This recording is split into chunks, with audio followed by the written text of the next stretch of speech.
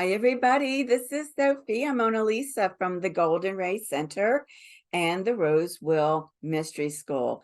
And I'm really excited about bringing this new journal to you today. Today is Friday. I think it's May 26th. A lot has been going on within my realm over the past couple of weeks. And so I was inspired to kind of take a stop, stand still and look back over what's been unfolding from a whole different perspective.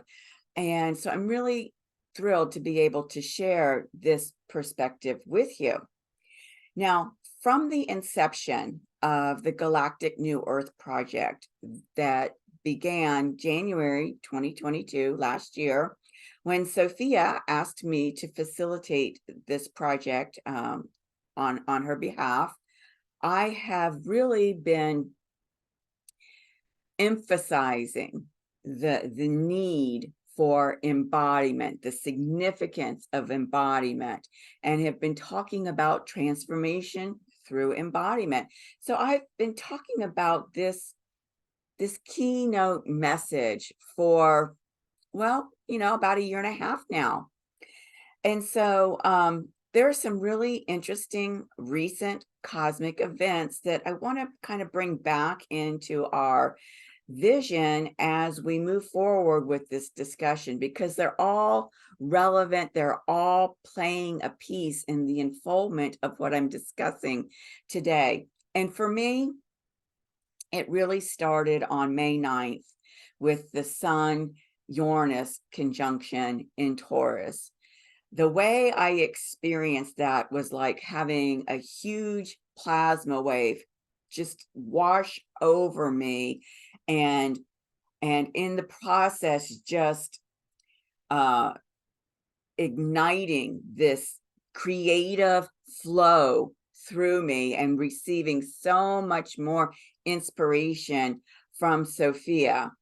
And then on May 16th, we had Jupiter moving from that 29 degrees of Aries into 0 degrees of Taurus. And, just immediately as it did that, it created a square, a 90-degree angle to Pluto retrograde, also at 0 degrees and in Aquarius.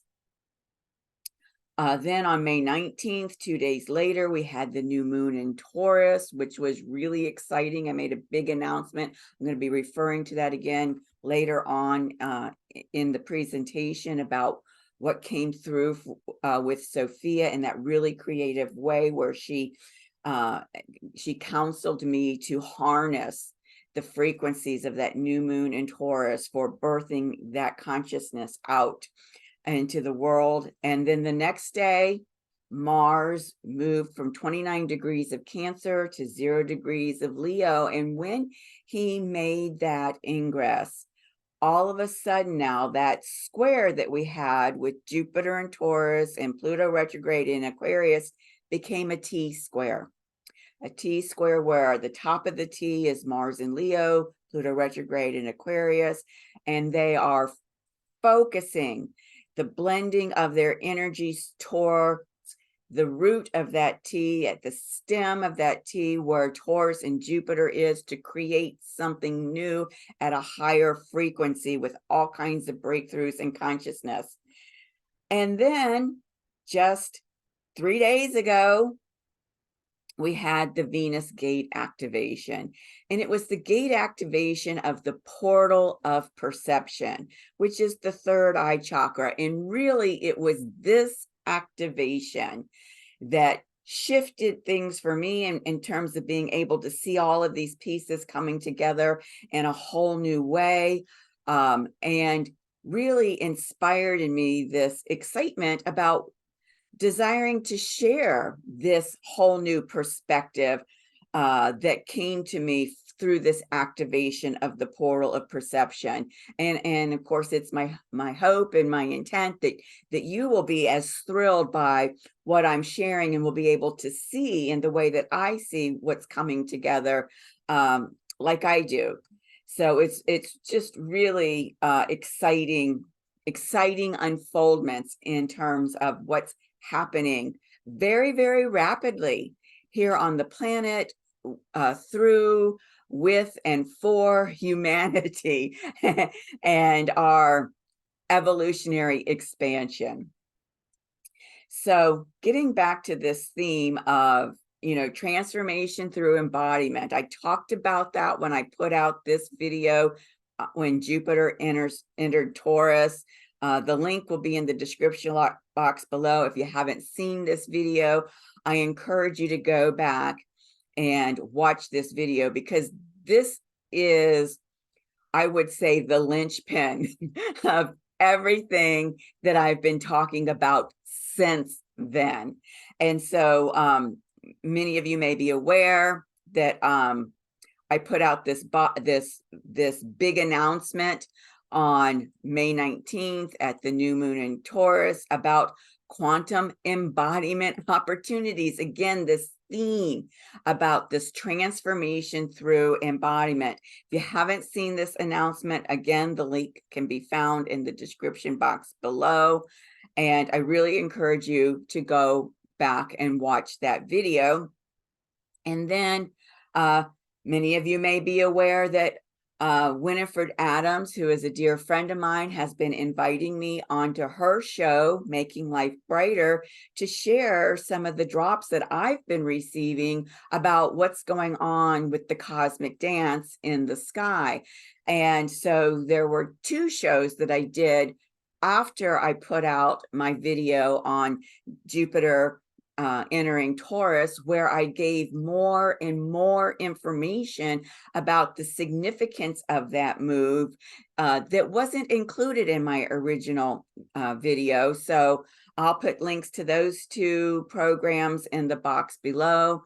And I know in one of the shows, I talked about the fact that Jupiter, as the cosmic guru, really engages us at the master class level in terms of, in Taurus, informing our inner guru with the knowledge that we require to be able to embody these higher vibrational set point frequencies and fields of consciousness.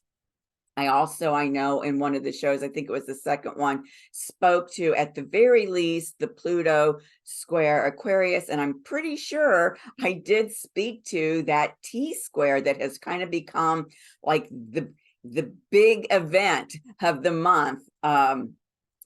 Mars in Leo across from Pluto retrograde in Aquarius, and that T square to Jupiter in Taurus. So I invite you to go back and look at those so that you can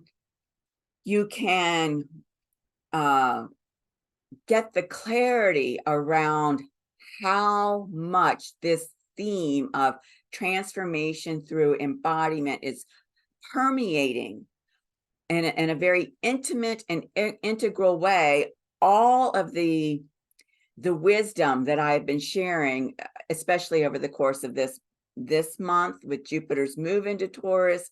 And also, as I said, from the inception of the Galactic New Earth Project last January 2022.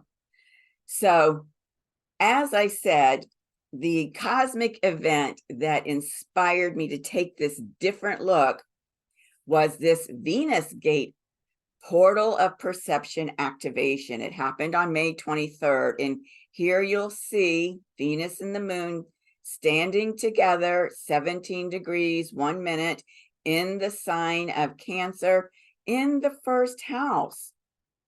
And so this really speaks to, how are we knowing ourselves in terms of a new perspective, specifically a new emotional perspective, because of course Cancer as a water sign has to do with the emotional realm. How is it that our emotional realm, our emotional body, can support us in a very calm, clear, current way in terms of being able to see ourselves and know ourselves through a different kind of perspective? And what I discovered when I looked at the chart for this portal of perception activation is, lo and behold, and of course I shouldn't have been surprised, but I always am, here is that T square still in the sky. Pluto over here, retrograde in Aquarius, across from Mars here in Leo. And of course, their energies flowing together right here to the stem of that, the root of that stem for the T, where Jupiter is. So this started the shift in perspective for me, realizing, whoa, this very significant aspect, these very potent frequencies were still dancing together in the sky at this May 23rd gate activation, Venus gate activation, because remember, all of this started getting initiated back when Jupiter moved into Taurus and made that first square over here to Pluto. So let me just back up my slides here. When was that? May 16th, May 17th. So you see, what is it? 5 days later, 6 days later, whoa, this is still very much at play, which signals to me that the duration of this dance is even more potent than what I may have first realized about it. So then what happened is, when I was looking at this, I saw something else in the sky. And what I saw is that there was all kinds of cosmic support for each point of the T square through 3 separate trines. And of course, I refer to the trine as the path of most allowance. So in terms of Jupiter up here in Taurus, we have a trine down here to Isis, the cosmic Sophia, divine wisdom in Virgo. In terms of Pluto and retrograde in Aquarius, we've got a trine over here to the sun in Gemini. And in terms of Mars in Leo, we've got a trine over here from Lucifer's separation consciousness in Aries. And so this was another big aha moment, another shift in my perception about something spectacular that's unfolding in the sky. New steps, new dancers have joined the dance, right? And so this was very thrilling for me. Well, kind of taking a step back now, 2 months ago, I was guided to this book, Waking the Tiger, Healing Trauma. I was guided to this book by the Celtic horse goddess Epona. And I was so inspired by just the first few pages of what I was reading in this book. And it talks about, in this book, shifting from traumatization to transformation, that I put out a little announcement about bringing together a group of people who are interested in doing this type of deep spiritual work. And as it all unfolded, I was really committed to focusing on the transformative aspect of it. Yes, digging into, some of the patriarchal wounds that were the source of the trauma, but really looking at, okay, but how are we taking that and alchemizing it, transforming it, and to to further expand ourselves. And so that's when I decided to call this little group an Ascension Support Group. Well, since this time of creating that group, we got to a chapter where the book starts talking about Medusa and Pegasus. And what was fascinating to me when I read this piece is that one of the participants in the Ascension Support Group had asked me to do a kind of a reading for her that I haven't done for anyone in the past. It's not one that I have ever done before, and it's not one I'd been asked to do before. And essentially, she was feeling stuck in certain ways, and she was desiring to find out where in her chart maybe there were some answers around that and how she could move herself forward. So when I read this piece about Medusa and Pegasus, I was intrigued because I wasn't sure how to do that for her.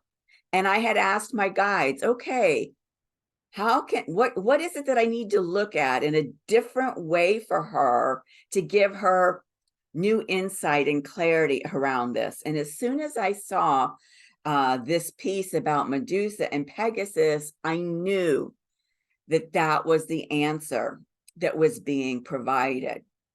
Now, what's fascinating, and what was fascinating to me, is that I had previously been working with Medusa as an archetype. And for those of you that aren't familiar with the myth of Medusa, I'm going to give you a very, very brief description of what that myth is about. So Medusa was actually a priestess, and she was a priestess in the temple of Athena. And Athena was incredibly jealous of Medusa because she was so beautiful. She was even more beautiful than Athena. And Poseidon was enamored with her. He wanted her for himself, and she had no interest in him whatsoever and kept rebuffing him. Well, one day when Athena left the temple, Poseidon snuck into the temple and he raped Medusa.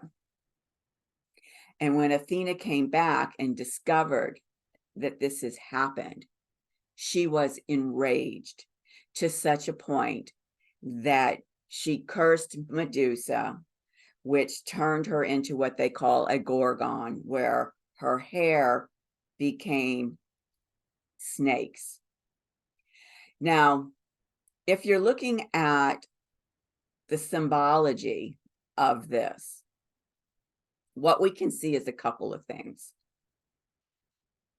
The rape of Medusa is extremely patriarchal. It is the shadow side of Pluto and Scorpio.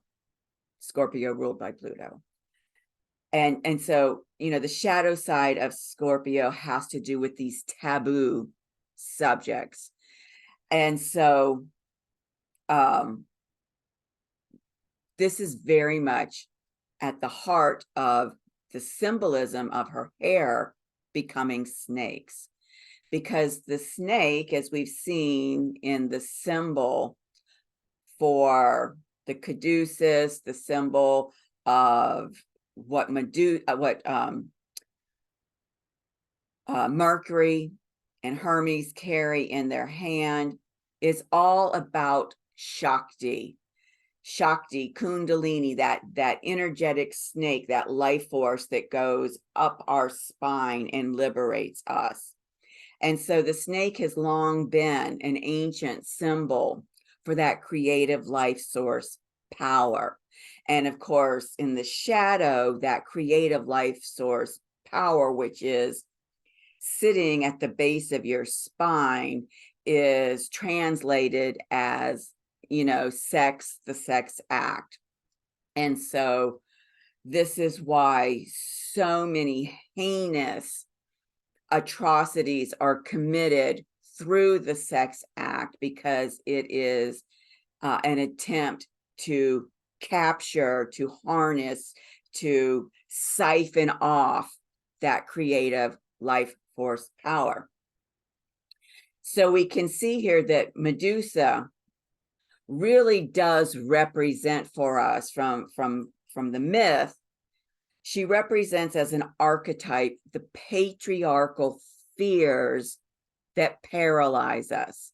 Because remember, in the myth, now anybody who looks at Medusa is going to be turned to stone. So again, just kind of showing how that is a representation of these patriarchal fears that paralyze us. I mean, think about any time you're traumatized, one of three things will happen: fight, flight, or you freeze. When you freeze, right, when you're turned to stone, you are paralyzed by the fear, the terror of what has happened through the trauma. So when I started looking at Medusa, I was very aware, not only for Medusa and also for many other goddesses, embodiments of the sacred feminine. Their story, so to speak, was very much a reflection of the patriarchal wounding, the patriarchal control, domination, the patriarchal message. And I, at that time, started flipping these over. Okay, let's see. What else do these goddesses have to offer us from the illuminated side, from the empowerment side? And this is when I discovered that Medusa, as a goddess, is really the goddess of valor. Now, I understand that the word valor isn't used very often in today's communication. And so there might be some people in the audience who don't really understand what the word valor is. So what we're speaking to here is boldness, being courageous, fearlessness, and fortitude. And so these are the things that we can take in terms of being empowered through the archetype of Medusa as a goddess of valor. And as I had said, as soon as I saw in the book, Waking the Tiger, Healing Trauma, that they were talking about Medusa, boy, I lit up, because I was already very familiar with her. I wasn't as familiar with Pegasus, and especially not from an astrological point of view. I had worked with Medusa as an archetype in the charts for many people that I did readings for. Pegasus was something new. So I started looking to see what I could find about Pegasus that I could look to in an astrological chart. And of course, what I discovered is that Pegasus is a constellation. And so I'm going to get to that in a minute. But what I want to share with you first is that in the book, Waking the Tiger, Healing Trauma, when he starts talking about Pegasus, he talks about how the horse represents our instinct and our body, and how the wings that Pegasus has represents our ability to rise above an earthbound existence. And so here he writes in the book, he being Peter Levine, the author of this book, here he writes, winged horse represents transformation through embodiment. You could have knocked me over with one of the feathers of Pegasus' wings. I couldn't believe that I was having, essentially a full circle moment of something that I was already talking about, having been guided to this book, Waking the Tiger, Healing Trauma, by the horse, Celtic horse goddess Epona. And now here I'm dealing with the winged horse, Pegasus. I mean, it was just mind-blowing. Well, again, I was looking for what can I point to in a chart related to Pegasus. And what I discovered is that Pegasus is a constellation. And I found this fabulous article. It's called Pegasus Constellation Astrology by Astrology King. And I will put a link in the description box to this article because it's really worth reading. And I discovered some, again, perspective shifting wisdom or knowledge within that article. So one of the things that the Astrology King speaks to is that when a fixed star moves via precession of the equinoxes to 0 degrees Aries, it is called the star of the age. Now, I know that's a lot of astro speak. And so the main piece that I want you to take away from that statement is that if there is a fixed star within the constellation of Pegasus that makes its way to 0 degrees of Aries, then what he's essentially saying is that means that we are in the Pegasus age. And he goes on to show that in 1925, one of the fixed stars in the Pegasus constellation by the name of Curb was in fact at that 0 degrees of Aries. And he says that it gives weight to Pegasus being more important to us now as the constellation of this age. And he further describes how Pegasus as a constellation stretches across from the Pisces constellation through to the Aquarius constellation.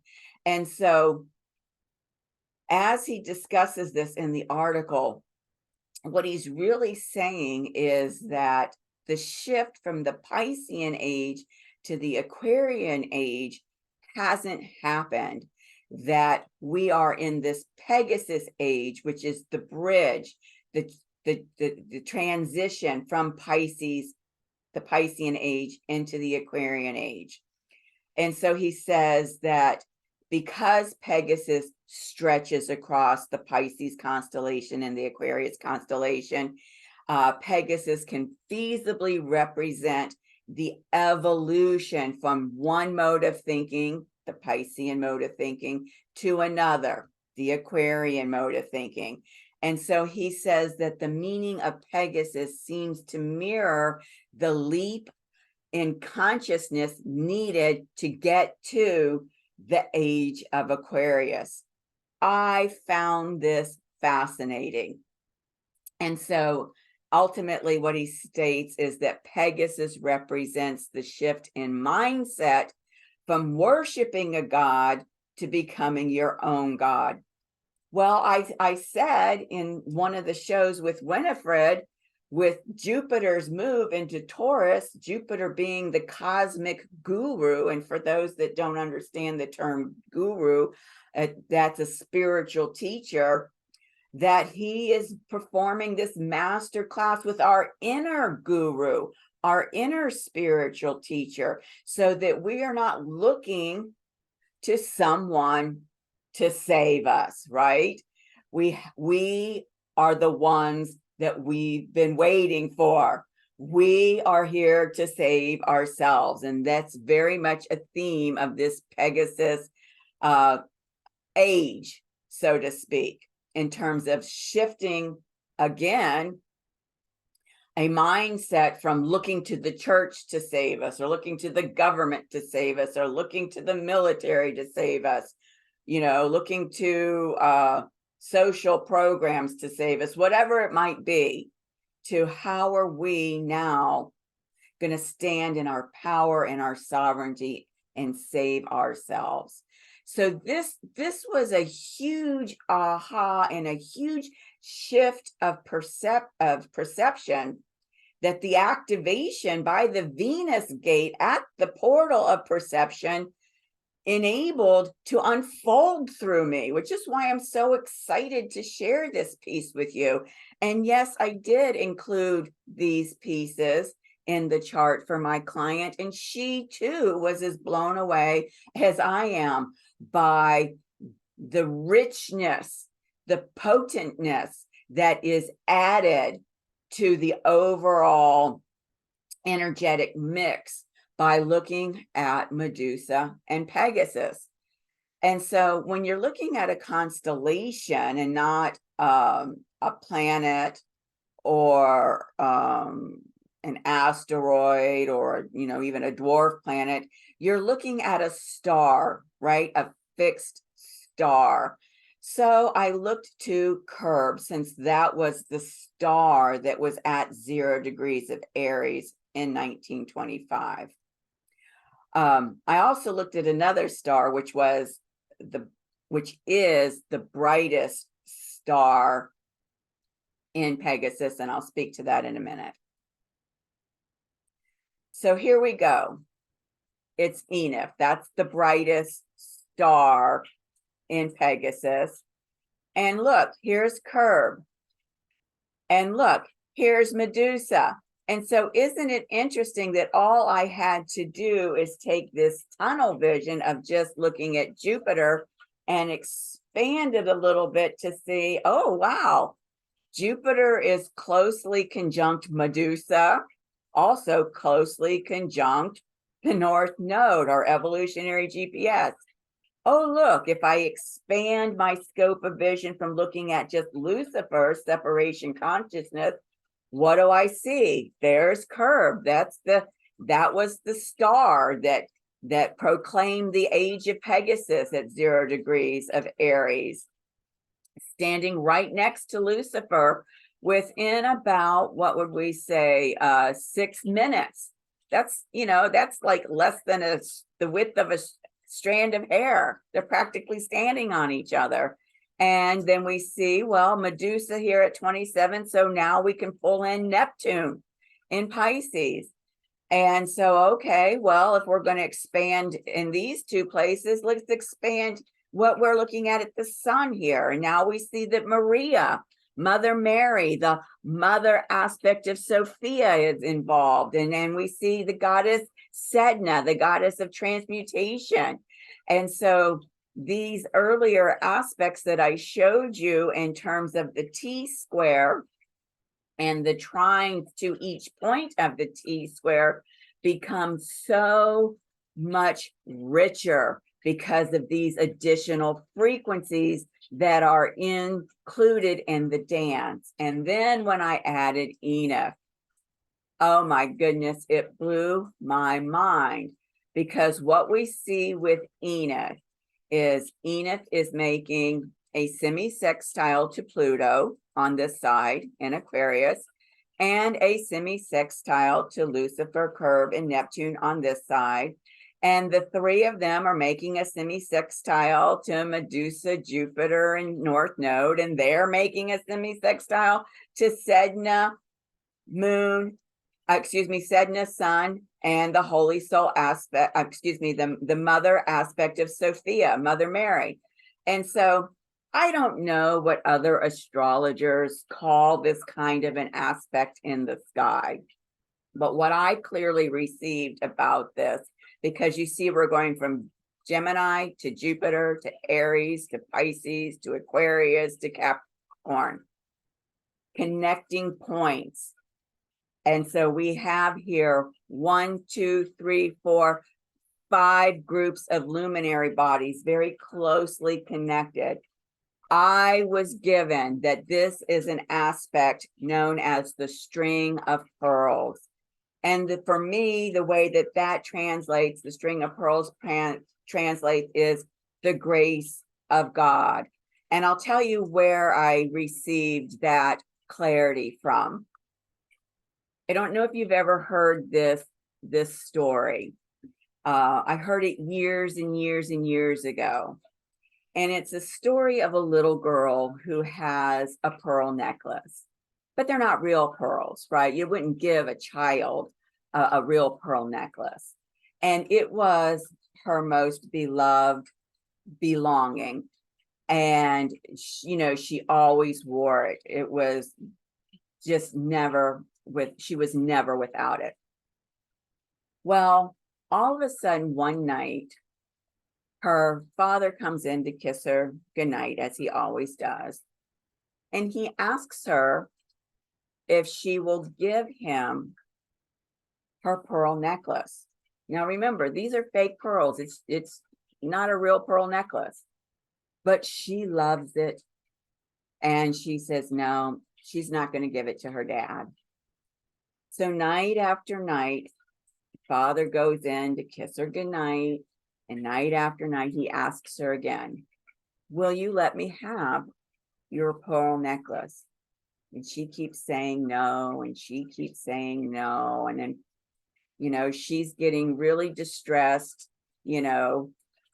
about the fact that he keeps asking for her favorite thing, this pearl necklace.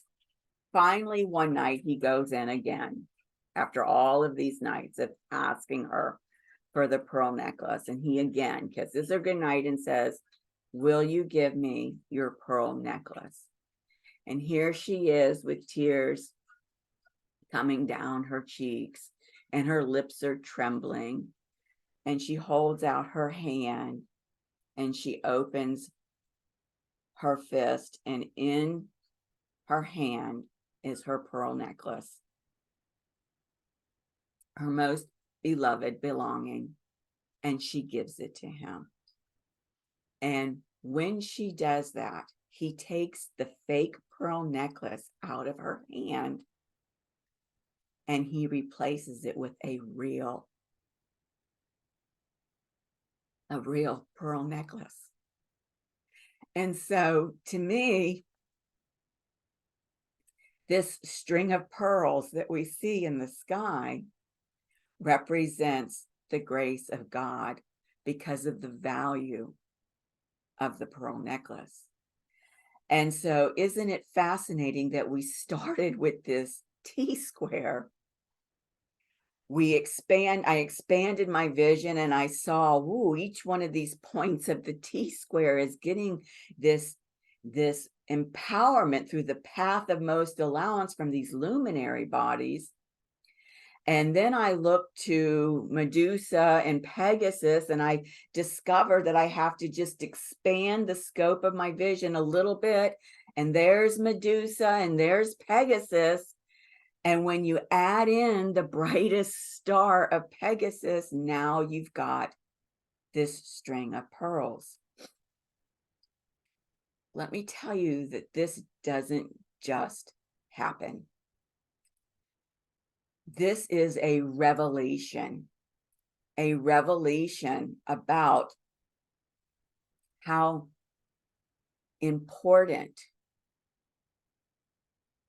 this T-square is in our transformation through Taurus is all about embodiment. Because look at all of the star power that has shown up to support us in this cosmic dance, to have the breakthroughs in consciousness that we require to be able to embody this transformation, which very much has to do with, Medusa, those patriarchal fears that paralyze you, that source of your trauma, and how the source of the trauma is very likely from patriarchy, which is not sacred masculine. It's the sacred masculine that's been perverted, and how the sacred masculine and Pluto are working together to alchemize those frequencies and bring them into the highest vibrational set point that you individually have the capacity to integrate and embody within you. And in this way, Pegasus is facilitating your ability to rise above this earthbound existence. So, what is it that we are really embodying? And I've talked about how, we are an embodiment of the Sophia Christ consciousness, and that Christ and his beloved Sophia are in perpetual sacred union, and that the manifestation of their sacred union is the divine love frequency. And so really, we are embodiments of love, and everything comes back to all of these lower frequencies, whether it's through the trauma or whether it's through some other fear-based belief system that's being alchemized from that low frequency into the highest frequency, which is love. And as we alchemize and embody that, we expand and we become more and more aligned with the leading edge of who we are as a soul being. So I just wanted to point out to you how significant this transformation through embodiment is, and how Medusa and Pegasus are such an integral part of this work, really sending me the message from Medusa, hey, you kind of set me aside, but I've been here all along, and I would like to be included in this galactic new earth project. I am an ally. I am a voice of the sacred feminine, and would like to stand with all of the other embodiments of the sacred feminine through this ascent journey. And so we really are rising above the 3D earthbound existence through all of the aspects that have transpired over the past couple of weeks. I mean, could you imagine this? I know I didn't see it in the time, and at the time, and of course they say, hindsight is 2020, but it certainly does allow you to now look at these pieces and see them from a different perspective, which is what I love about this Venus gate activation of the portal of perception, because that has been what has been unfolding through me, allowing me to see this in a whole new light. Now, I mentioned at the beginning that I did that video on quantum embodiment opportunities, and I said I would put a link in the description box for you to go back and look at the video. And of course, I love it if you look at the video. And what's really important for me is that then you take the next step, right? You go to my website, goldenraycenter.com. You come over here to Galactic New Earth Project, you hit the drop down arrow, and you click on the Quantum Embodiment Opportunities page. I really encourage you to do that, because remember, the big theme here is transformation through embodiment. And so this was the piece that happened with that Uranus Sun conjunction, when that plasma wave came over me, and all of this creation just started flowing through me. All of this inspired by the cosmic Sophia. And there are 3 opportunities here that you can choose from.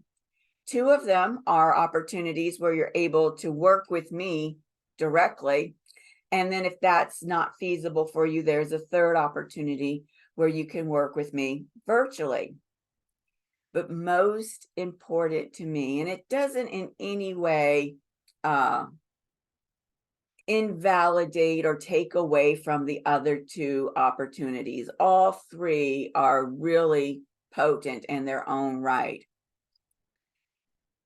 the August event known as Conscious Equal Partnership with the Leo Royalty Goddess. Please click on that page from the Quantum Embodiment Opportunities page and read about it, because this is the culmination at this point of this ascent journey where we've been activating all of these strands of DNA, where I've been relentless about, are you integrating these new strands of DNA? Are you embodying them? So that you can access the spiritual gifts that they're unlocking within you. And at this event in August, it is aligned with the metamorphic seed point, where the Capricorn sovereignty goddess becomes the Leo royalty goddess, and the 12th strand of DNA comes online, and we're doing a metamorphic ceremony to claim it and embody it. And so please go to my website and read about what these offerings are. I do have payment plans available. If what I've offered isn't something that you can work with, please, if you know that you're intended to be at this event, please reach out to me so we can come up with a solution. So I want to thank you for spending this time with me as I went through this entire shift in my perspective over the course of this month, especially the past 2 weeks. And I hope that you've been able to follow that shift, and how that shift in perspective has just really opened up so much more magic to us. So I invite you to subscribe to my channel, The Rosewheel Mystery School. Please ring the bell so you'll be notified when I put out new content. Please, the big important thing here is the thumbs up. The more thumbs up a video gets, this, then the more it's put out there for other people to see. And if you do need to contact me, this is my email address, sophiamonalisa79@gmail.com. Remember, Sophia is spelled with an F. And then I'll just look forward to seeing you in my next video. Thank you so very much.